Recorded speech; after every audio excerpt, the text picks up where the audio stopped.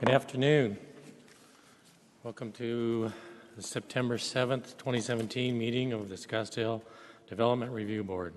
The purpose of the DRB is to maintain the quality of development in Scottsdale by reviewing all of the design aspects of a proposed development and the relationship of its design components to the surrounding environment and community.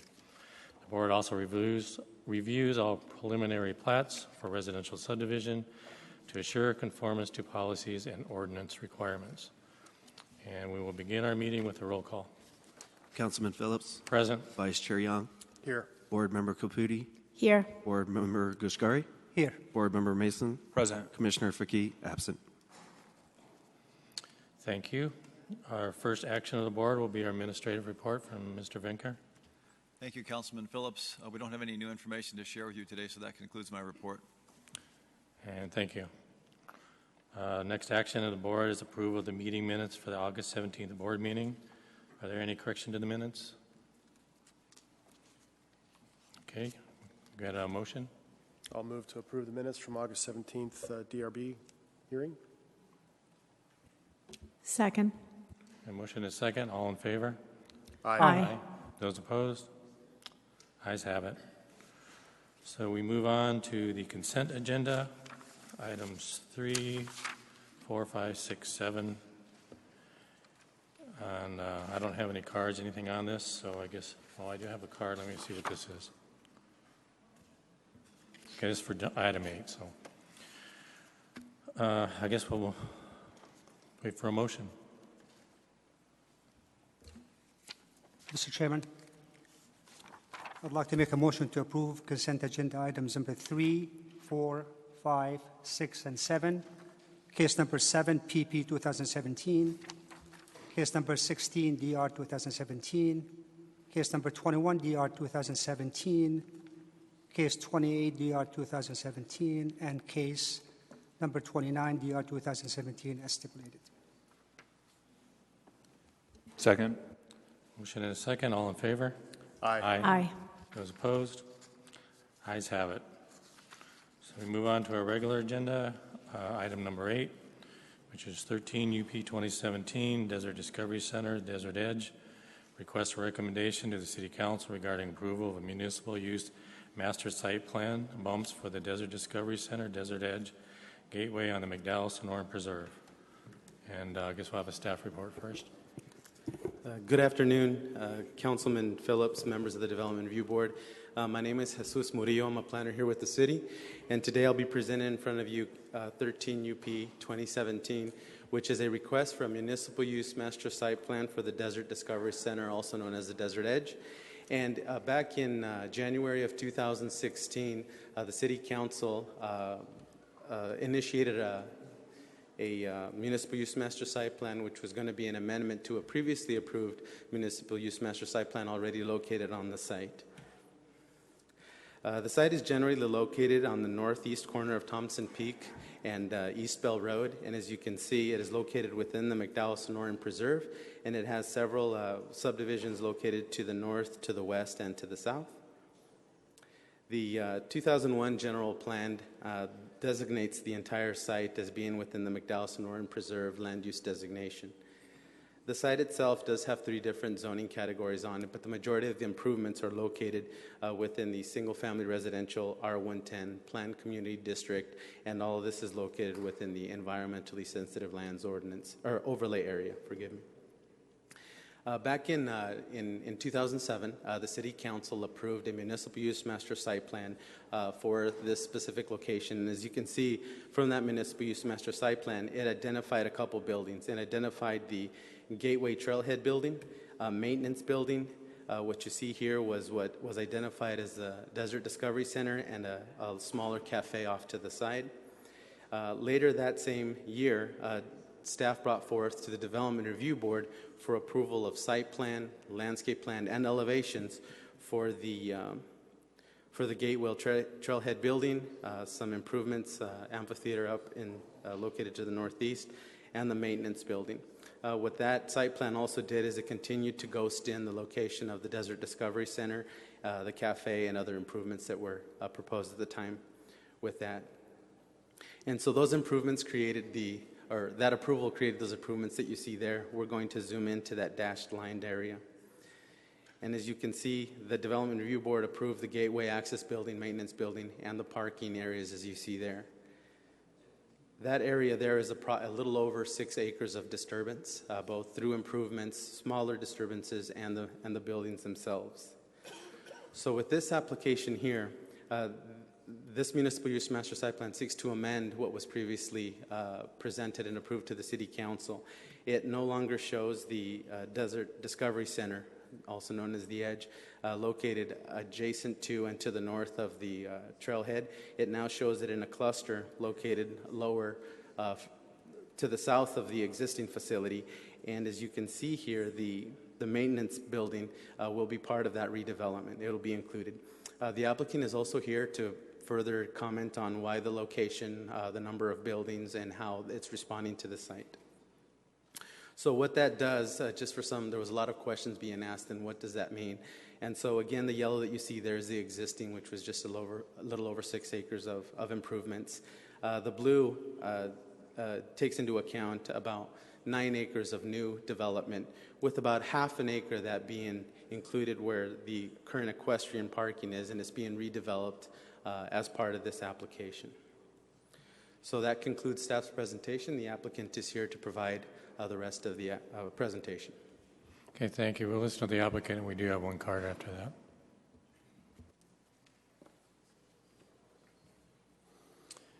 Good afternoon, Mr. Chairman, members of the board. I'm Gary Meyer with Capital Projects here at City of Scottsdale. As Jesus mentioned, in January of last year, City Council took action that included selecting the Desert Discovery Center Scottsdale. After going through an RFP process, Council awarded a contract to them, which included direction to develop a business plan, financial feasibility analysis, experience design, branding, fundraising, and so forth. As Jesus mentioned, also they initiated an amendment to the municipal use master site plan at the gateway location. And additionally, Council directed city staff to hire a design team.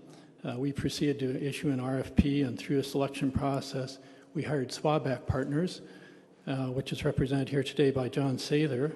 They were tasked with design work including traffic impact analysis, drainage analysis, conceptual design, cost estimating, view corridor analysis, and so forth.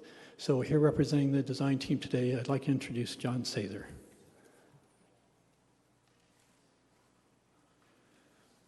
Thank you, Mr. Chairman, members of the board. I'm going to try to go through 20 slides rather rapidly in the next 9 minutes. Part of this, I know we're here to consider a site plan, but we felt it was also important to just see some visuals of the vertical and some of the purpose of the project itself. You know the site, I just discussed that. Let me go back. This is probably the most important piece of our presentation. The salmon color that's currently on the board is the area that we initially started the study on. It was part of what was considered in phase 2. Through a lot of on-site work, a lot of discussion, a lot of listening with members of the public in the public meetings, we ultimately felt that it was a better response, it was less visually impactful to locate the site, which would be to the south of the existing maintenance area. It fulfilled a lot of our area, a lot of our intent as it related to the interpretive experience. So the designs you see, the site plan is currently within this area of green.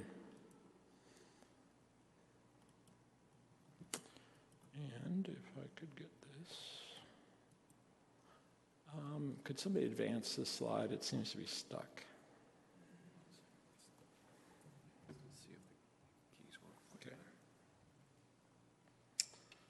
And those aren't working either.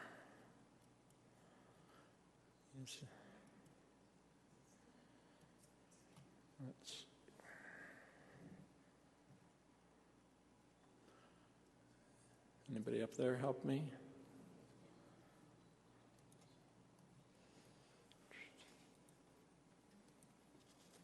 Okay.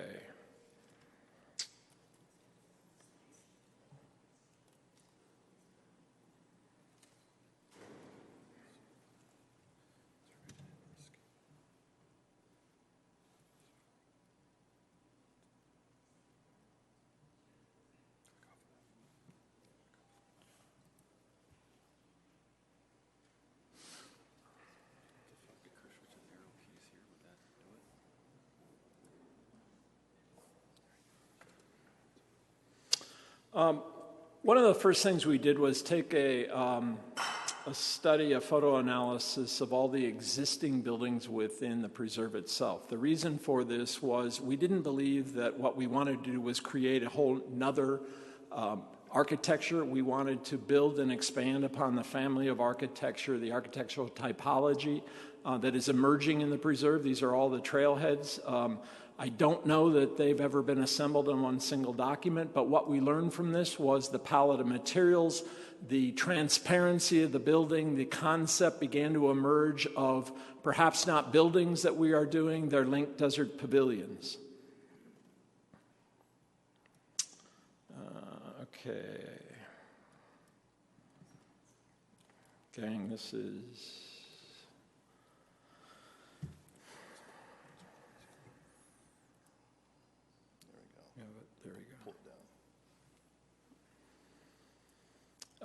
Jesus generally showed you the site plan. The idea is that we are going to work with what we believe is an underutilized building with the current maintenance building, repurpose that with some of our administrative buildings, and then create this scattering of buildings that are all site developed to specific sites, but more importantly in their idea of them being pavilions, of bringing the outside in, is that these are very view specific. So the idea is that this is centered around what we call the pod, which if you think of a seed cluster or a seed of a cactus, that pod form basically exploding out into these pavilion forms themselves. Each of these have a various interpretive experience within them. Our partners in this Think Design, which I think some of you know, designed the 9/11 memorial exhibits, spent a significant time here working with us, as well as collaborating with ASU as it related to the educational content within these exhibits. This is that same site plan superimposed on the aerial, looking at the adjacent Bajada Trail, the equestrian bypass trail, the repurposed equestrian parking, and some of the existing vegetation on the site. These are the various names of those pavilions. In deference to time, I'll skip through some of these. These are the basic overall concepts of the themes themselves. And now I'll go through a variety of some of the interpretive experiences within this. And since we lost a little bit of time on technicality, I'm going to skip through some of this.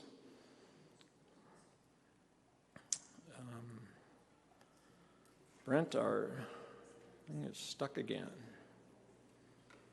I don't know what's going on.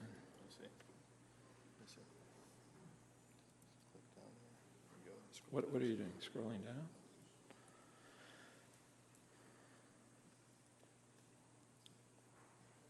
What you'll see is in footprint appears to be building forms, but what I think we're showing here is that most of these are either open pavilion forms created by shade structure or pavilion forms that ultimately can open in the mornings, close in the hotter part of the afternoons.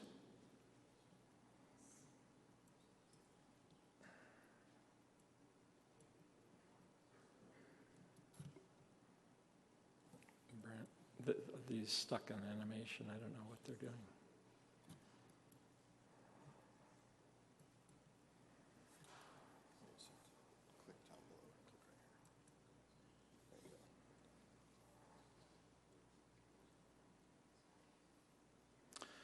Now I'll just take you through a few of the exterior elevations. These are all the general building materials, are rammed earth. The idea of the desert floor roof form, which is very consistent with the existing gateway, where we're basically taking the ground plane below and putting it on top of the roof. The idea of a connectivity of a shade structure that is both energy producing and shade giving. Very high-tech technology that is producing this, all part of our strategy for net zero. These are actual photographs of the site with the buildings very precisely located within them. I want to get to the last piece of this, make sure I have the time. These are 4 very important slides.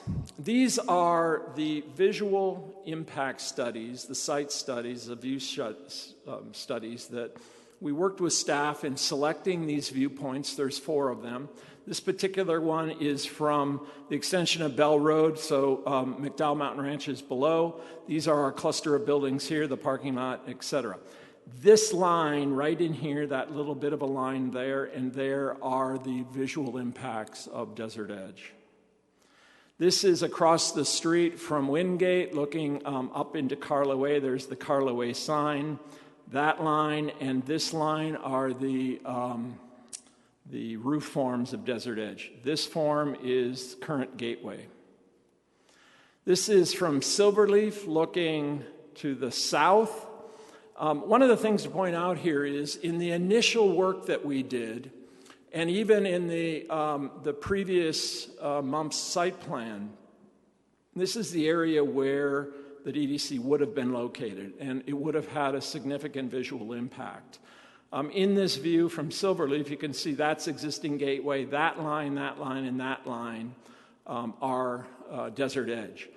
So one of the goals was, as we listened and as we understood this experience of currently going into Gateway for the hikers, that helped us look at other areas of the site to be less visually impactful. I think we've achieved that. These are very scientifically produced view sheds, so we can share with you all the coordinates and heights of the photographer and the exact points that these have been taken from. And the other point is staff helped us locate these. These were not located in points where we might be favored by the existing vegetation or et cetera. It was actually quite the opposite, where this might be most exposed. Thank you for your time. Okay, thank you. We do have one comment card here, and it's from Fred Corbus, read by Sonny Kirtley.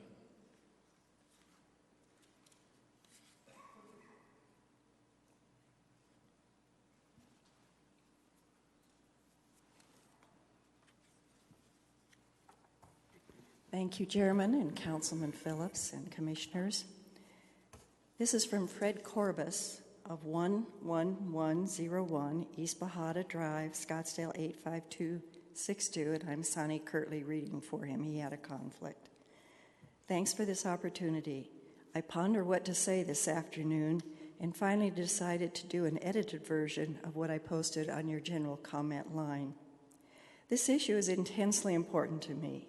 In 1996 and 1997, before the northern boundary of the preserve was formalized, I served on the McDowell-Sonoran Preserve Commission and eventually had to relinquish ownership of my prized 5-acre parcel to the city of Scottsdale to be what is now included in the preserve.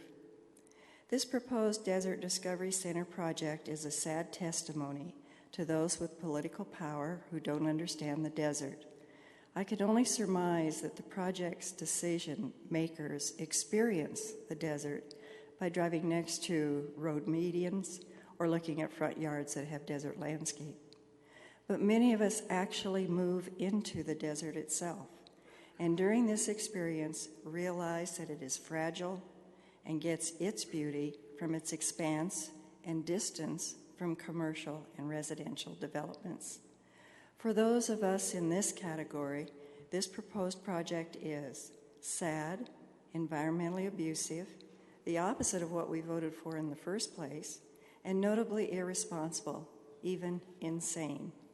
Please come to realize what is right and personally reflect on your coming discussions and personal decision related to this project. Thank you, Fred Corbus. Thank you, Ms. Kirtley. If the applicant wants to address any of the comments in that card, you're welcome to do so. Otherwise, we can go to comments from the board.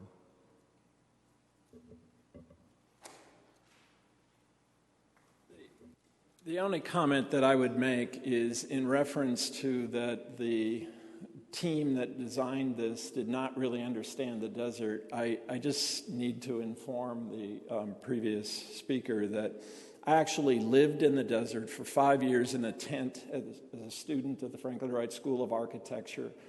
Knew it, breathed it, and understood the organic nature of what I was charged with in my agreement with the city of Scottsdale. So the idea of us not understanding the desert is simply false. Thank you. Thank you. So I'll open up to the board. Do you have any questions?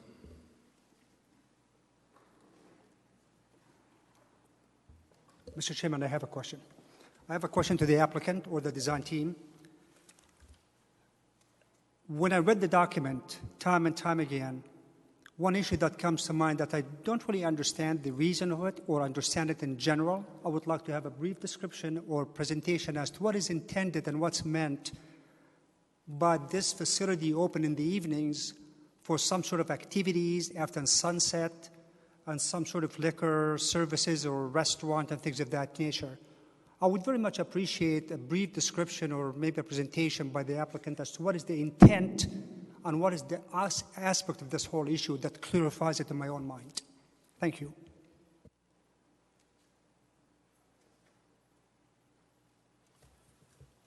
Thank you.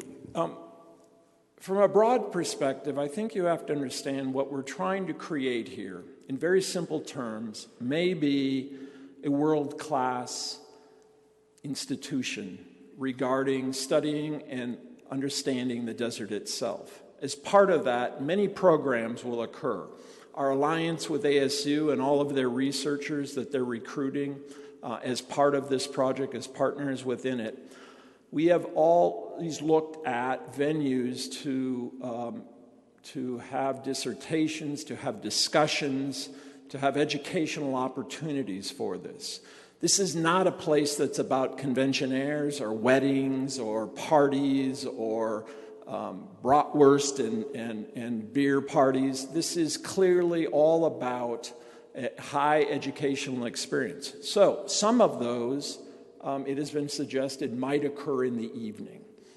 And that is the simple and most unvarnished idea of this. And that some of those may have an evening experience within either the courtyards or the some of the pavilions themselves. And Ms. Lagarde will also further that.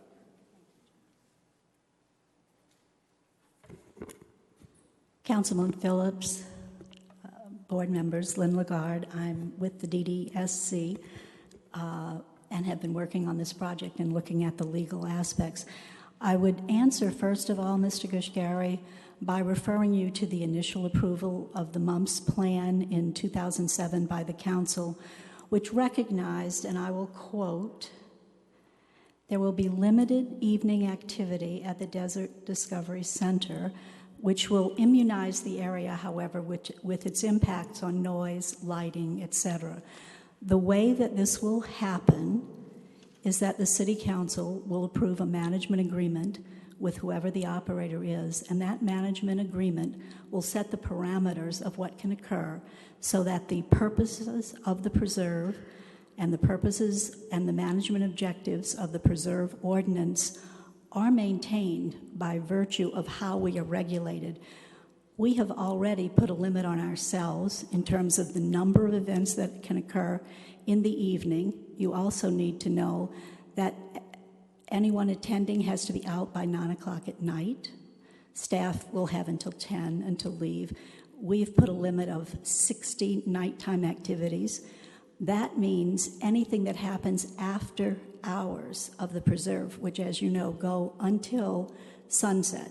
So sometimes we won't even maybe be going beyond that. We think that there will probably be less that last until that time. But I think the most important thing, and the thing that wasn't done before, is we have an off-site parking site that we will be using. No one will be able to drive into the preserve for any event that lasts after hours. They will all have to be shuttled. So we have tried to be very sensitive to the purposes of the preserve and yet accomplish our contract and direction from the council, which was to bring them an economically sustainable site plan.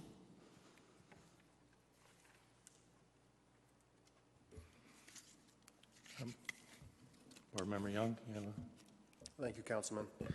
My question is actually two parts. I'm curious to know what's happened since the site plan was approved in 2007 to this new version. I mean, it looks like this thing has expanded by fivefold in footprint. So I'm just curious programmatically how that's changed since then.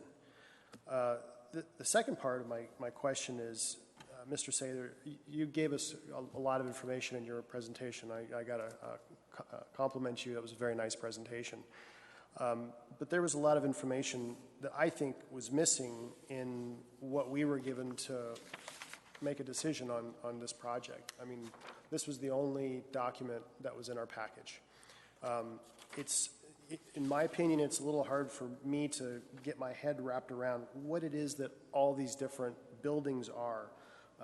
It talks about the pod building, and you gave a nice presentation on that, what these other buildings are around it, but this is all kind of new information that we're just sort of understanding now. I guess my concern is that we're approving something that I really don't quite understand. You had mentioned that there's some experiential exhibits that are going to be programmed into some of these things. I guess I don't quite understand at all why this needs to be as large it is. I mean, this is a big increase from what it was originally proposed as. So I'm just trying to get some clarification as to how this has all been progressed over time, and what is it that we're approving here? I mean, I understand we're making a recommendation for a site plan to council, which is all we're doing today. We're just making a recommendation for the site plan. But in order for me to make a decision on that, I need to understand what it is that each of these buildings function as. Otherwise, I think we're just sort of approving this carte blanche and anything can happen there. So hopefully you can enlighten me on that. Board Member Young, thank you. So two parts to your question. One is, how did we get here, and what is it beyond what you've been given in material? The how did we get here is a little bit of a long story, so I'll try to summarize it. You might think of this as Phase 4. We don't call it Phase 4, but technically it is Phase 4 in the concept development of a desert discovery center now known as Desert Edge. Phase 1 I was not involved in, and occurred somewhat around 2009. 2009, the City Council directed a study, hired consultants, hired an economist out of Boston, Consult Econ, a experienced designer out of Boulder, Colorado, to really help answer the question.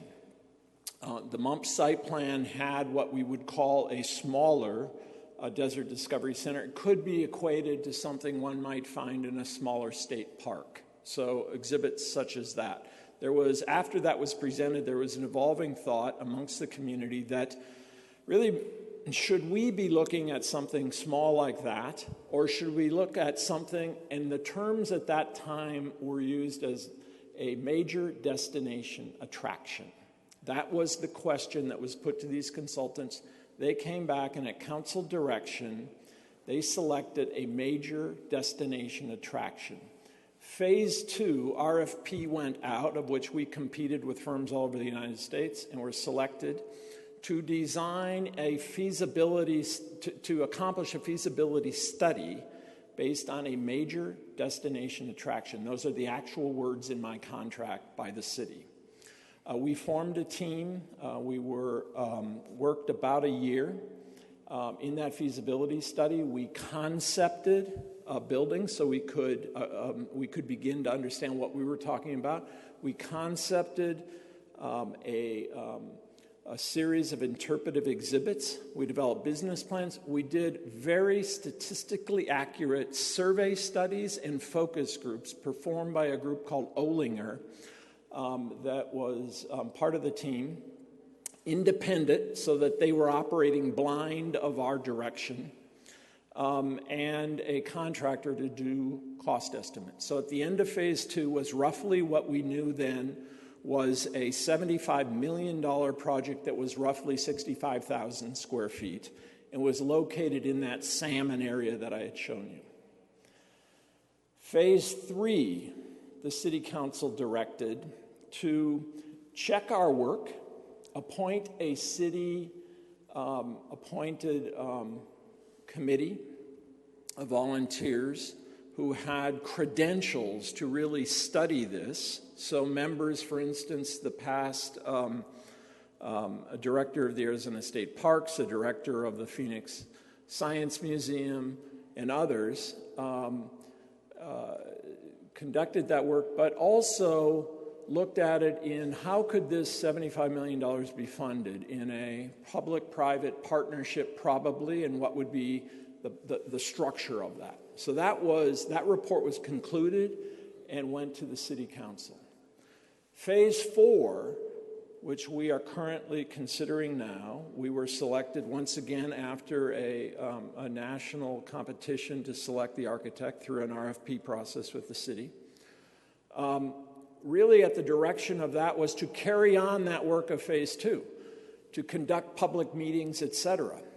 So in those public meetings that occurred, we listened, and online is an hour-and-a-half presentation that I made that gets into a much more than I can do in 10 minutes of public listening, an open work studio at our office of which the public was publicly invited to come and visit at any time. Members of the audience here have come and visited us and had conversations in that. In that listening, 2 things happen. 3 things, really. I'm a hiker at Gateway. I go there all the time. I don't want the DDC. We listened, we understood that, and we respect those people. Others was, this is too big, it's too expensive. What can you do about it? We can right-size it, we can tighten it up, we can look, we can evolve this concept design as we go into what is really thought architectural is schematic design. That's what you have here.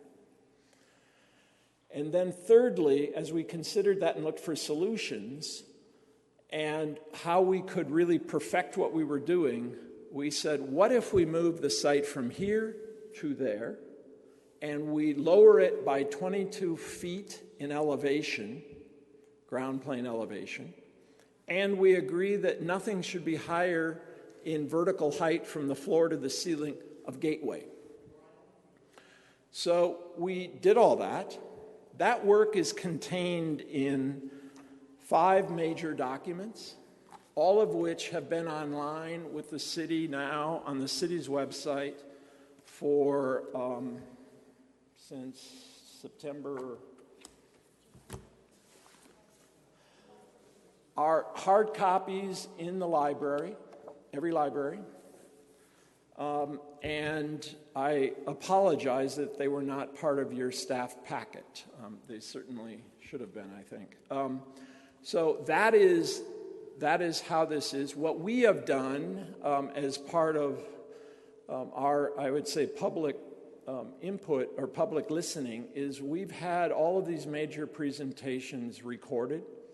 The city's television staff, video staff, has recorded the ones that we made for an hour and a half at the unveiling of all of this at the Center for the Arts.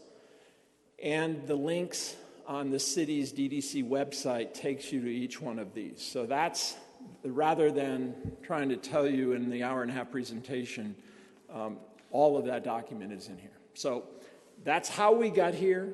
It's smaller than it was. It's relocated. The visual impact of this is clear in those. There are actually 4. We showed 3 in this slideshow. And the 4th one is just that you can't see it. And we then, which Ms. Lagarde referred to, one of the things I worried about with the visual impact was the vehicles. So I said, the reality is, if we park all the cars here, the cars themselves may be the biggest visual impact. So what if we put a band around this parking area? What if we take the very underutilized parking that's built there now for trailers, and in all of our experience that we have been out there in the countless numbers of trips, I've only seen one horse trailer. Now, there's evidence that they have been there, so I'm not saying they're not there. And we create the idea of a shuttle system. We shuttle when we go to various big events. We shuttle when we go to football games. We shuttle, there are whole major commercial industries built around the idea of shuttling. So we said, let's think of a satellite site that doesn't only answer the parking, but let's put some of the uses over there. I don't want to build storerooms. I don't want to build a bunch of offices at the gateway. I want to build them somewhere else because you can do all that on a telephone or with a computer. So all of that is at the satellite site. So it's smaller, more compressed.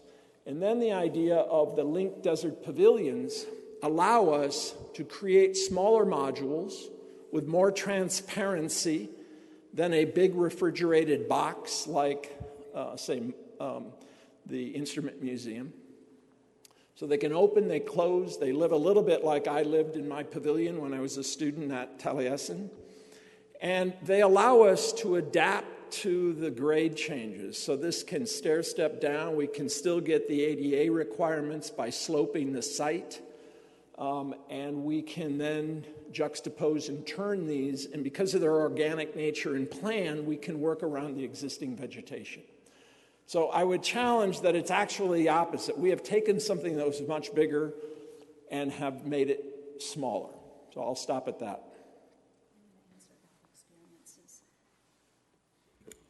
Yes, and Vice Chair Young, you asked about the experiences and what's happening inside the buildings, and I will try to address that. I wish that Tom Hennis from Think Design was here, but if you look at any of the presentations online, you'll get Think's take on it. Think designed every one of their experience exhibits to address 4 questions. What do we see when we go to the desert? What don't we see? What can we learn? And then what kind of future might we want to create a little differently based on our learning from the desert?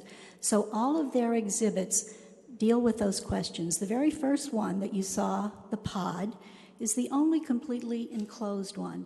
And that one, the idea is a 360 that introduces you to the desert and shows you things that if you went and hiked every day, you might not see. The desert at night, the desert in a lightning storm, what goes on under, what the microscopic things are in the desert. That's what the pod sort of orients you to the many phases of the desert. The first Bahada exhibit is an exhibit that looks out at the Bahada and, as Tom says, tries to pull in all the critters that you might not see in the desert. And if you saw that slide, it's bronze depictions of the animals. If the little boy touches the snake, a digital line shows him what the snake eats. Another line shows him what eats the snake. The idea is the web of life, and that you learn that from that kind of an exhibit. There's also an exhibit about the nectar corridor that traces how the pollinators come up and go across the country. The wash exhibit, which we tried to show you, is by using what are typically like the billboard LED screens, we can have you experience what it feels like when the rain comes down and that wash suddenly floods. I love this one. The Deep Time exhibit is focused on Tom's thumb. And in that exhibit, it talks about what was this like 250 million years ago. The little slide that you saw that showed you it was ocean. Most people don't know that there are shark's tooth, more than in some other beach places up there. Most people maybe don't know what the archaeology and the deep time, what caused those mountains to exist. Those are the kinds of exhibits, those are the buildings were created to tell that story. One of our things will tell the story of the preserve. The whole idea behind the experiences we are presenting at this place is to deepen your experience of the desert, because we protect what we love and we love what we know. And you can't learn the incredible breadth and magnificence of the preserve just by hiking in it. There's always been intended something that's an interpretation that helps you understand it and know it. And when you know it, you love it and you protect it. That's what the experiences are about. Thank you. Board Member Caputi. It doesn't matter who comes back, but I've seen the plans many times. I know a lot of the neighborhood pushback was surrounding, people who just want to go to the gateway and they enjoy the hiking, they enjoy the biking, they love the desert already. Why do they need a museum to see the desert? You've heard that. Can you just clarify a little bit how the desert edge impacts the people who still just want to go and ride and hike? And I know there'll be a new parking area and we'll shuttle people, but how does it impact people who just want to go and enjoy the gateway on their own? I don't know if I can get back to the site plan here, but why don't I just talk without it? Sure. When the original MUMPS was done back in 07 or whatever it was right to the left as you went to the gateway. So you would have experienced that, you would have seen it, you would have probably had to pay to go into it, et cetera. That was all the concept. When we went through phase 2, where I began my involvement, that's really where it was still directed to be.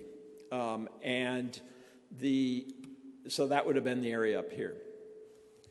We held several public meetings, of which were riotous at most, at best, as many of you who sit through these meetings understand they can be in our dear city, because of a lot of people caring. And when I made my first presentation to get in my role, I made a long list of, if I was going to be a sensitive architect to this project, what would I be sensitive to? Well, it's really easy to say you're sensitive to the architect or to the desert. That's kind of a throwaway. But I made a big point of saying I would be sensitive to the people who do not want the DDC. My role is to design the DDC. So it wasn't my role to say no DDC. It was, how can I design the most sensitive? So I listened. And we held public meetings. And in front of 300, maybe 400 people, I said, any of you, come to my office at any time, within reason, and I will sit down with you as long as you want and debate this. Many people took us up on that. For over a year now, we have had a significant space in our office as a workspace devoted totally to the DDC, and in it is every single document that's ever been produced on this project. So as we listened, that experience of driving in your perhaps small car or big SUV, whatever, because that point was made to us as we listened. Don't make small parking stalls. Don't try to restripe all of this because I have a big car. We listened and we didn't make judgment. And I watched the people sit in their trunk putting their shoes on and walking up and going through that experience, which the architect Phil Weddle did a masterful job on in that building, as have all the other architects who have worked on the other trailheads. And nobody wanted that experience changed, but we were going to change it. So I went to our representative for the city, Gary Meyer, and I kind of boldly said, we might want to move this from where everybody thinks so that we can respond to those people I want to be respectful for.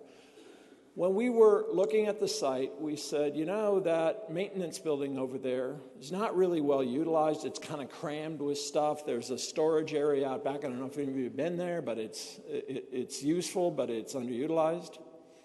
I said, if we move it over there, it's 22 feet lower. It's actually hidden behind an existing building.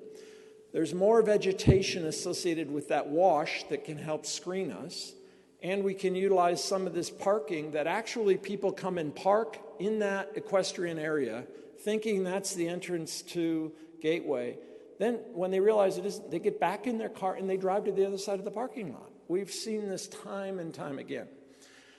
So I said, by moving it over here, we can maintain the experience of Gateway as everyone knows it now. And if we have a secondary entry, we can also bring desert edge traffic into there, that which is coming to the site, and hikers can proceed up to Carla Way and do what they always ever did. So that is how I believe we are responsive to maintaining that experience that I know a lot of people want. But on the other hand, a lot of people want to know much more about the desert. They want to look at this significant accomplishment that this city has achieved in preserving that land and saying, what can this land teach us? If we turn the other way and we look to the city, it doesn't look like we learned much, because we're building a bunch of houses with west-facing windows and east-facing windows with no overhangs, and we're not building desert buildings. That doesn't mean that all houses up there are, but a whole lot of them are. That's one thing we could learn. We could learn about the adaptation of the animals. We could partner with someone like ASU, who has GEOS. GEOS is the top sustainability institute in the world, and it's sitting right down there. And if you line up 20 City of Scottsdale high school students, none of them know anything about it. It can become a venue to the top researchers on the globe, which Dr. Crow is committed to recruiting to be part of the Desert Edge. So all of this still preserves that experience. But we as a city mature in our thinking of our development of our institutions to really know what and how we can learn from this great asset that we have. That's what I believe. That's why I'm dedicated to this project for the last 8 years of my life. So I hope that answers your question. Thank you. Mr. Chairman, if I may have a question, Mr. Chairman. Yes, please. I want to follow up to Mr. Vice Chairman's young comment. It's something that's been nagging in the back of my mind, actually. When I listen to the presentation today, it's clearly evident that the design team have done an outstanding job in trying to take this development in a very responsible way as it relates to desert environment, to washes, to vertical height elevations. I really applaud that. That's a wonderful job. There's no question in my mind as to what is the benefit of the knowledge of this whole idea to the public at large. I remember when I grew up, much like all of us, we were shuttled by buses from schools, and we went to different places and arts and museums and to get to be educated about those things. This concept is very identical to that in nature. It's going to benefit not only the adults, but to our natural resources, which is our kids. So that's a wonderful idea.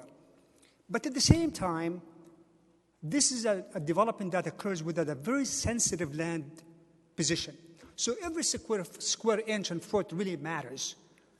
What comes to my mind is, do these buildings need to be this size? Maybe they do, maybe they don't. When I look at the maintenance facility to double in size and perhaps 2.5 times as big, does it really need to be that large for a maintenance facility? Again, every single square foot in this development does matter because it's a sensitive land and reducing height and square footage. Do we need to have this all massive open space? I get the openness, but does it have to be that?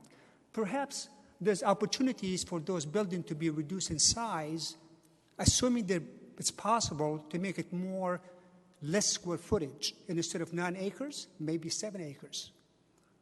I pose the question to see if that has been evaluated. Thank you.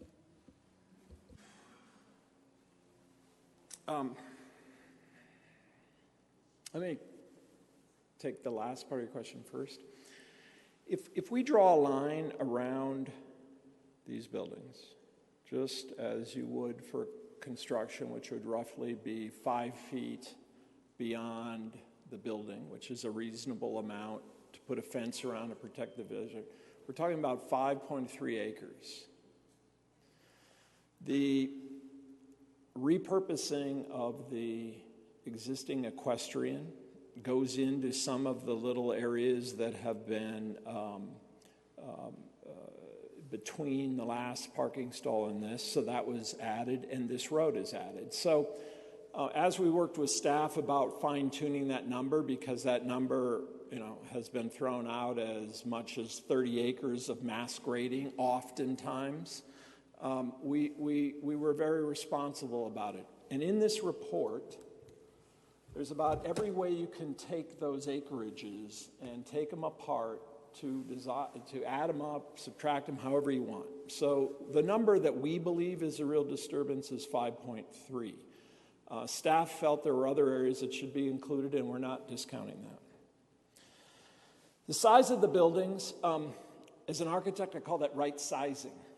So oftentimes, I'll be designing a building and someone will have budget problems and they'll come in and say, I don't have the money, let's make it smaller. So we start cutting and snipping and doing this. I designed a project in southern Arizona called Kartchner Cavern State Park. At the time, it was one of the top, it still is, most protected caves in the world. I was given the honor to work on that. I was given 800 completely pristine acres. I studied the world as it related to how does one bring visitors into a wet and living cave so that we don't environmentally change it. How do we not repeat the things that people had done with caverns and caves by putting buildings and parking lots over them and washing all that?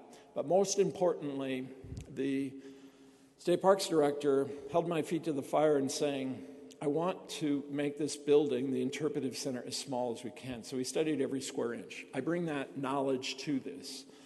Think, who also works worldwide, they are the best interpretive designers in the world, unquestioned. They work in very high-priced areas, and they know the cost of every square foot. So as we tackled this, we balanced. We said, we are here to really engage and interpret and create an experience like no other. We do not believe, we know, there is not another Desert Edge, Desert Discovery Center, interpretive center of the desert like this anywhere in the world. If there was, name it. We have the most beautiful preserve, at least in North America, in an urban area. So as we looked at that opportunity of that asset, in an educational way, in a non-commercial way, as we've been often accused of, we looked at it and said, okay, what did we learn from the other pavilions that other fine architects have done? We've learned the transparency.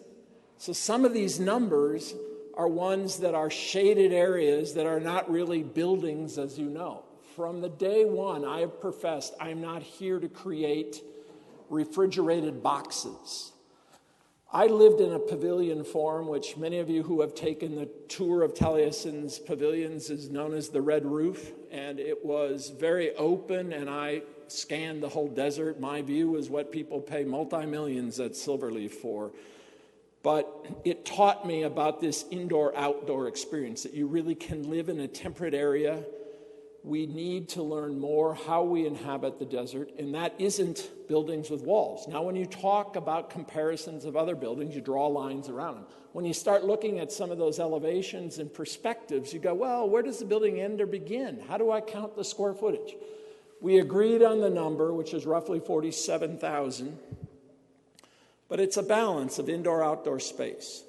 So I would tell you that I, to date, have practiced what I call, in this day and age, of doing more with less. I knew that building anything like this is expensive. So it wasn't like, how expensive could I make this? It was, what is the right size for this? And I believe we're at that now. Now, does that mean, as we go through further design development, construction documents, that we won't tweak and pull and push in? Sure, you do that as an architect on every building. And we'll do that. Will the numbers change? We'll be held to something because of the act of, hopefully, an approval of this master plan. But I think our goal will be to conserve the budget, to not build something we don't have to build, and to go back to where I started this, to right size it. So I'll stop there.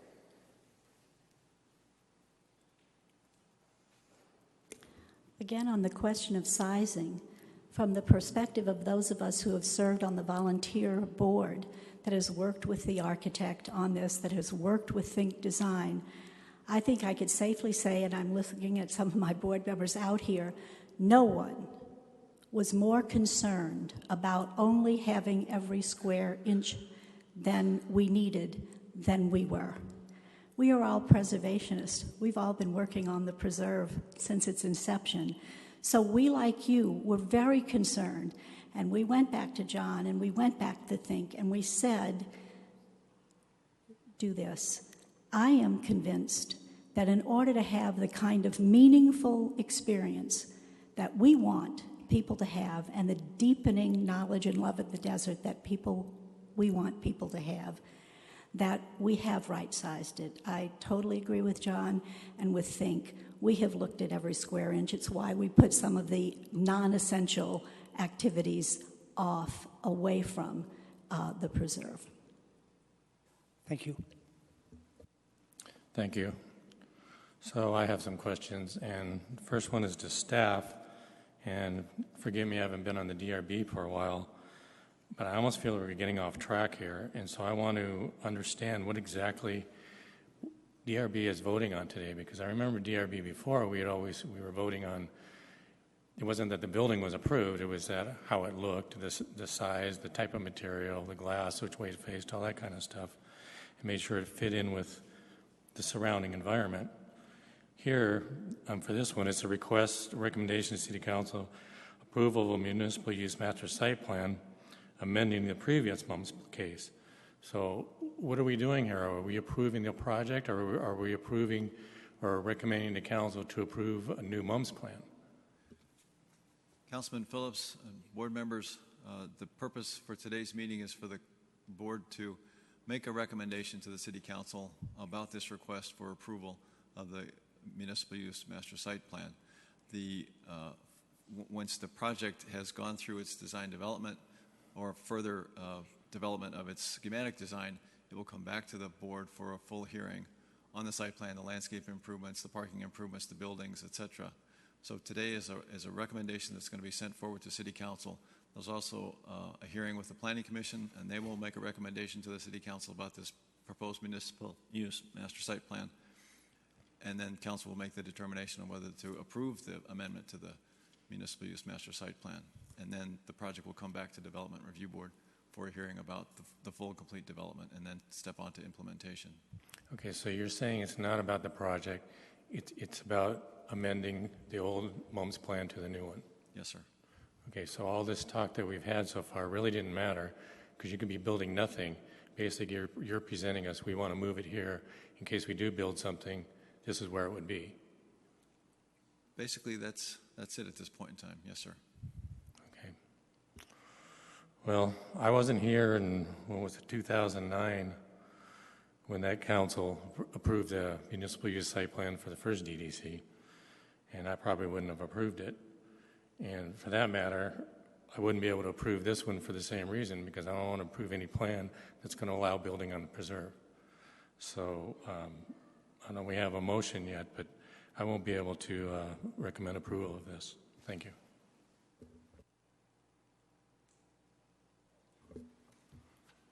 Okay, Vice Chair. Thank you, Councilman. There was mention earlier about the Musical Instrument Museum. Kind of going back to, I think we've all seen the movie A Field of Dreams. If you build it, they will come. I think the Musical Instrument Museum is a wonderful facility. It's beautiful. They did a great job on the architecture. The exhibits are fantastic. I think they're low on their numbers as far as visitors. And I think they're operating in the red, what I heard. I guess my concern is the grand scheme of this project, and it is a destination, Mr. Sather. This is a wonderful project. It truly is. I think the educational experience that it's going to give is unparalleled. I'm just concerned that we're hoping that if we build it, they will come. This is not as close into the city as the Musical Instrument Museum is. Is that in the right location? Is that site plan correct? Would it have been more successful, or if it was downtown Phoenix or in a more urban area where more people are, where the population is? I don't know. I don't have the answers to those questions. But by approving this site plan today, or giving our recommendation for approval of this site plan today, I'm just concerned that we're still just saying, you know what, let's go for it. Let's build it as big as we're talking about building it. And I understand that you've squeezed this thing down to as small as we're able in your comfort level and your design experience to make it. I'm looking at this sea of parking here also. Is it all utilized? it's being expanded on what it already is, and there's a lot of parking out there. We talked about, or you had mentioned, shuttling people in, buses, things like that. Is that going to be is this going to be where a lot of kids are going to be coming from schools on field trips, things like that? Do we need all this parking? Could you maybe build some of this in some of that disturbed area already? Again, I don't know. And I'm sure that all these things have been talked about internally. You've spent a lot of time on this. Staff has spent a lot of time on this. It's been going on for a long, long time. But what I'm seeing today from what I saw from the original plan, this is a completely different project. And I don't know if I'm there yet on it. I don't know if I'm in support of making a recommendation for council to approve this yet. I don't feel like I'm there yet. Okay, thank you. I do have another question of staff. In the staff report at the very beginning, you guys showed a yellow boundary. Could you come up and show that again?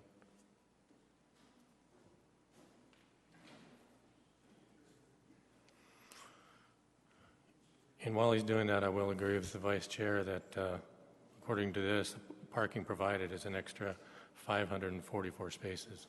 So it sounds like if you're going to shuttle, it's going to be because you ran out of space.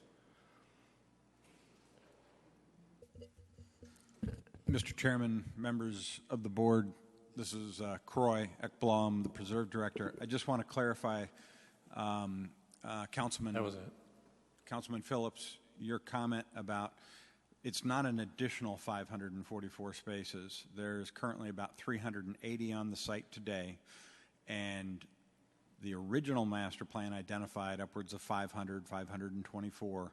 This plan is identifying 544 on the site, very much within the same envelope of parking that was originally identified in the approval of 2007.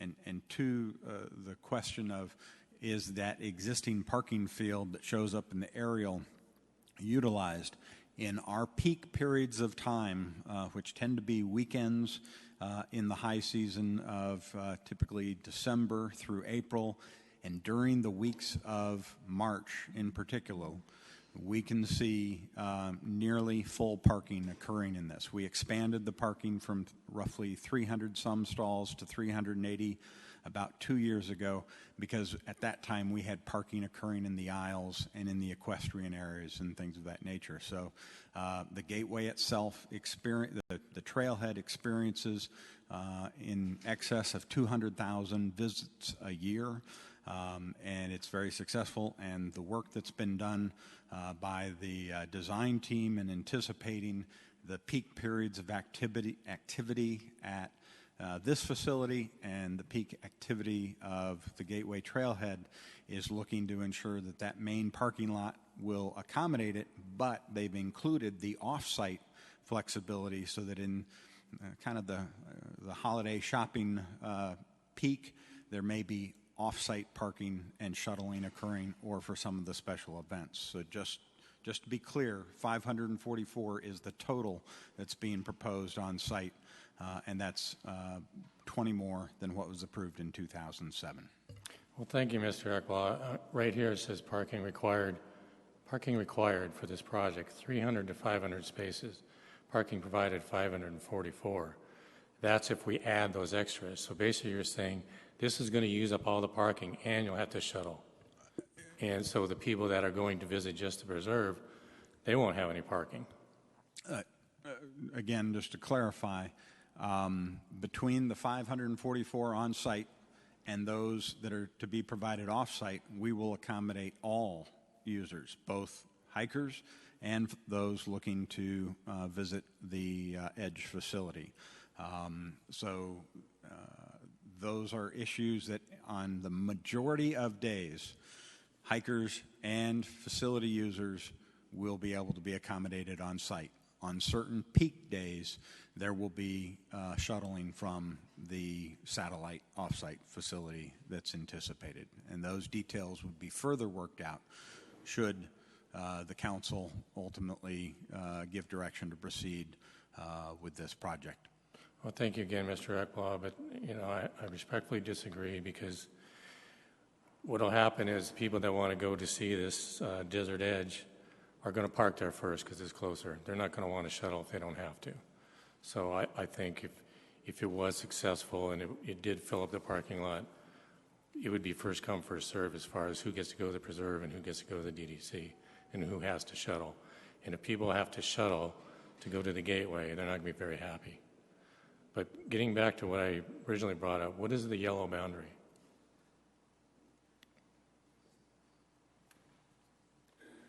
Councilman Phillips, the yellow boundary is the boundary of that actual parcel that exists for the site. Okay, so and you're saying actual parcel, what does that entail? What is... So usually with any type of a project, especially something like a municipal use master site plan, the municipal use master site plan itself shows you specifically where that municipal use is being approved. But any project, if you're going to ask any questions as far as setbacks and meeting open space requirements, still has to have some type of boundary, and this is currently the legal physical boundary of that parcel. So you're saying the old mumps and the new one have to be within this parcel? I don't know that they have to be, but at least for purposes of identifying both, we had, since no portion of this approval goes over a property line. That's important in the zoning world, and so this just shows the relationship of the municipal use master site plan site itself and its actual physical boundary that this parcel where it ends and begins. Okay, well, what I'm getting at is if we recommended to council to approve this, would that be approving it not just for where they want to build a facility, but you would approve it for that entire yellow boundary? Well, again, the yellow boundary is just the actual physical designation of the parcel that is going to be holding the use. But if approved, you would be specifically approving that site plan, that municipal use master site plan. Any change to that site plan, be it in its distance from those property lines or from itself, would have to come back for reapproval. In the same way that the previous municipal use master site plan showed one depiction of what was going to happen on that site versus today. So again, that's a physical boundary to show you on what parcel this use is being proposed on, that it doesn't cross parcel boundaries. There might be other issues if buildings straddled. I think in the preserve that might be less of an issue since the city owns those entire parcels. But again, that is the legal designation of the parcel that will be holding the use. Okay, so if there was, let's say, an expansion in the future, they'd have to come back to council and ask for another revised bumps plan to include that expansion. That is correct. Okay, so what they're asking for is specific to their project. Correct, which is why that is the site plan that was attached to the report, since that is where the purview is landing. I appreciate that. I think that needed to be clarified for some people. So I guess with no other comments. Councilman, I have another question. I'm sorry, Board Member Mason. Can staff direct us on the elements we are to be considering when we consider site plan approval? Councilman Phillips, Board Member Mason, and other board members, what you're really making a recommendation on is the location that's being proposed within the parcel that Mr. Murillo described. And if you have concerns about the site plan that you have reviewed today, you may make some comments or considerations that you want the City Council to take into consideration when they hear this case. In a previous case we had for the Pima Park and the water facility down at Pima and Thomas, Vice Chair Young made some comments about connectivity within the park, and we included that in our information that we forwarded on to City Council for them to consider when they acted on that municipal use master site plan.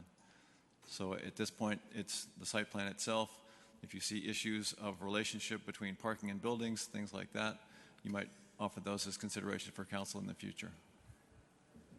So to follow up on that, as to the second element there, you're talking about the physicality of the site plan and the way it is designed, not necessarily the economic factors that go into the site plan or anything like that. Councilman Phillips and Board Member Mason, you're correct. It is actually the design, the layout of the site plan as you're reviewing it today, and not the economic impacts or the effects those sorts of issues are to be dealt with by the City Council when they decide whether or not to give direction to proceed with this proposal. But the site plan is what you're focusing on today. Okay. If I could make a comment for the board, after reviewing the physical plans and not taking into consideration the economic impact of the site, I think about what the purpose here is, and the purpose is educating. And to me, it looks like the plan does an excellent job of educating the public. Unfortunately, not all of us get to live next door to the Sonoran Preserve. And I know that my kids, the only time they get out in the desert is when I take them out in the desert.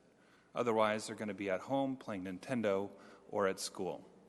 And to me, this as a destination for kids in schools is an outstanding destination.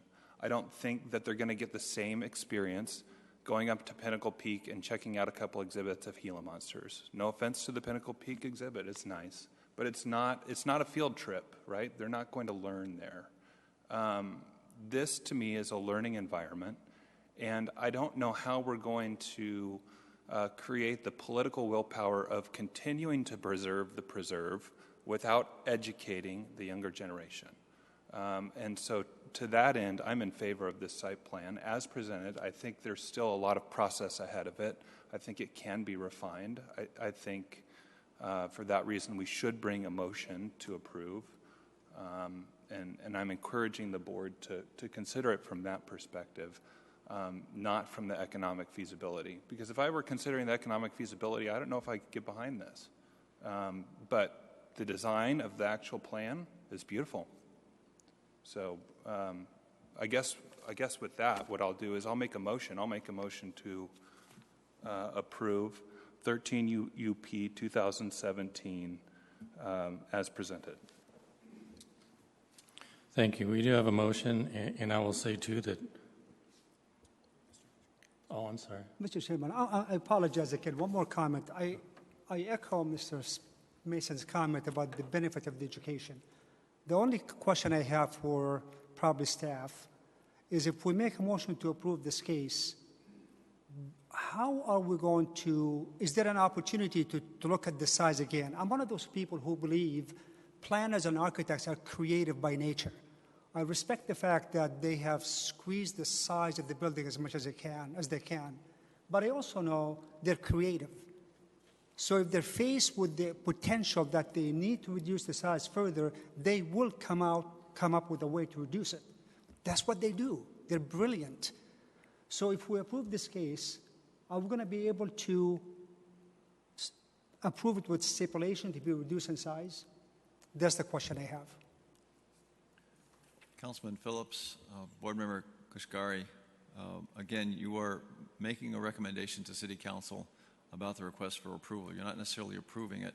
And as I said before, if there are concerns that you have, you need to have those added into the motion so that Council is aware that there are issues that you think they should consider before they take final action on this case.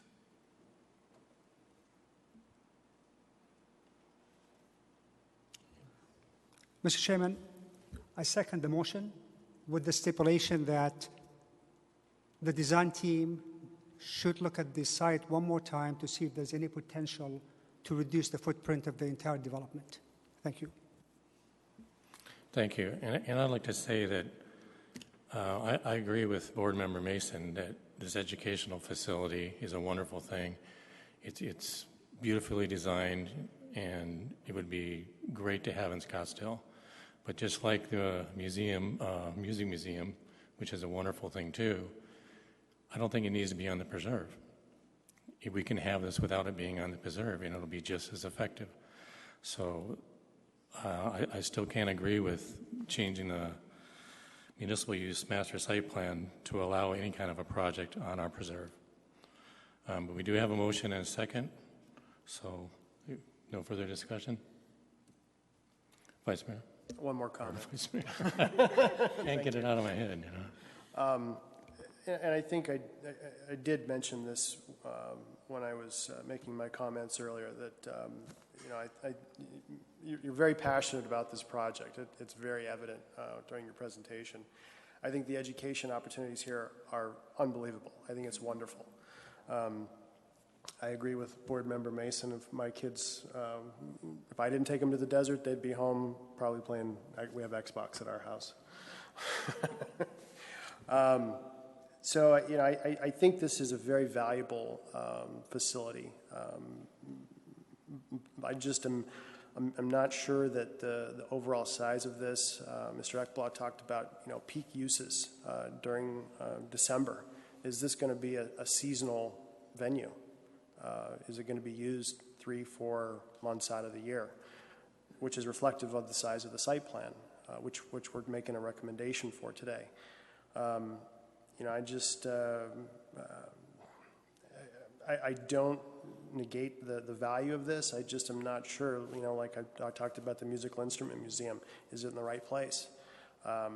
You know, it's something that I'm struggling internally with, and I guess it's more of just a comment, but we have a motion already on the table, so I guess I'll just leave my comment at that. Go ahead. I think the point that Councilman Phillips made about parking, we should direct City Council to consider. That I hadn't actually thought about that. What happens when it does fill up and hikers have nowhere to park? And then I also want to add, I'm listening to everybody. I'm not quite sure how you would study the preserve without being in the preserve. So I don't know that I necessarily agree with that. I mean, how do you study the desert without being in the desert? That's sort of the whole point. So that's my last point too. We can continue. Okay, so we have a motion and a second with some additional comments.